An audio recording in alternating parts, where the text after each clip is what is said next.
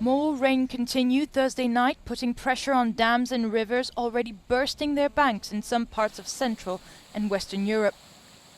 At least 92 people have died so far, including firemen, and hundreds remain missing. Germany has been hard hit by the deadly floods, and the Chancellor expressed her shock and sorrow.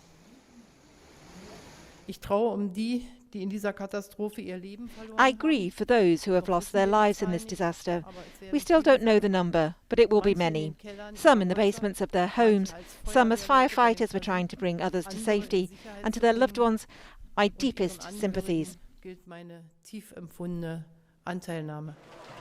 These firemen in Belgium have had little rest as they evacuated people from their homes. This lady says her flat is completely destroyed. I have lost everything. I live on the ground floor, and there on the ground floor everything has been destroyed.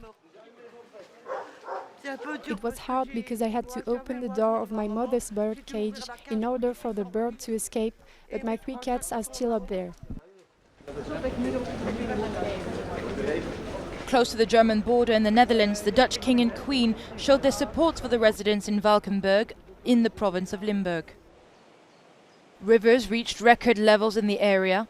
Thousands of people have been urged to leave their homes until at least Friday afternoon, as more rain was forecast.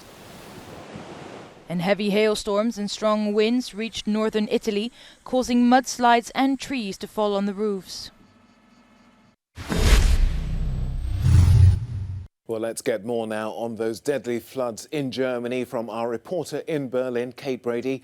Kate, the effect of these heavy rains has been described as catastrophic, and with more than 1,000 people, we're still very far from knowing the full extent of this tragedy.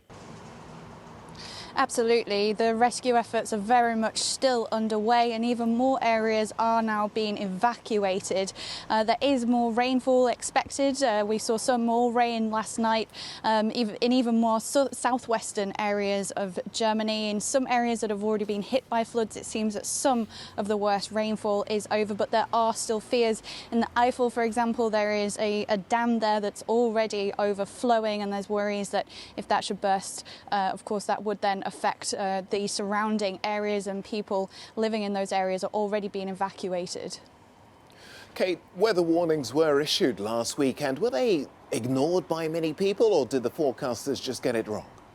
Not so much that the forecasters get it wrong, but as many of them will tell you, when it comes to extreme weather, often they know that it's coming, but it's very difficult to exactly pinpoint where this extreme rainfall is going to fall and what the effects might be, and exactly where the flooding might be. And of course, not only are we talking about the mass of flooding that we're seeing here, that is was completely unexpected, but it was also the speed at which people were forced out of their homes onto their roofs, clambering up onto their roofs, in the hopes of being rescued by those emergency services. But that said, some of the firefighters, the fire services local to these areas have said that already there were some evacuations underway as the flooding hit, and some people were already reluctant to leave their homes, which of course is always difficult for emergency services when they're trying their best to rescue people before the worst hits. Kate, tell us more about those rescue efforts. I know personally some people have been complaining about phone lines being down, not being able to communicate with loved ones, fearing the worst. What have authorities been saying about that?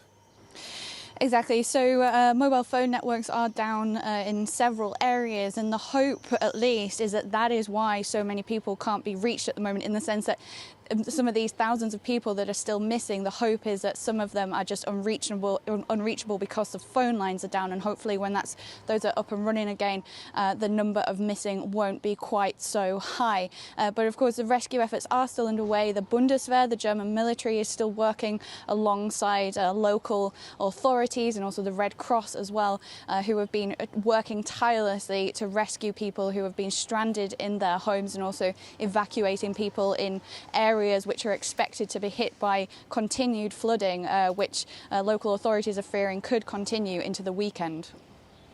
Now, man-made climate change is being blamed as being a contributing factor to this extreme weather event. Is that a view that's shared across the political spectrum, especially with those elections coming up in September?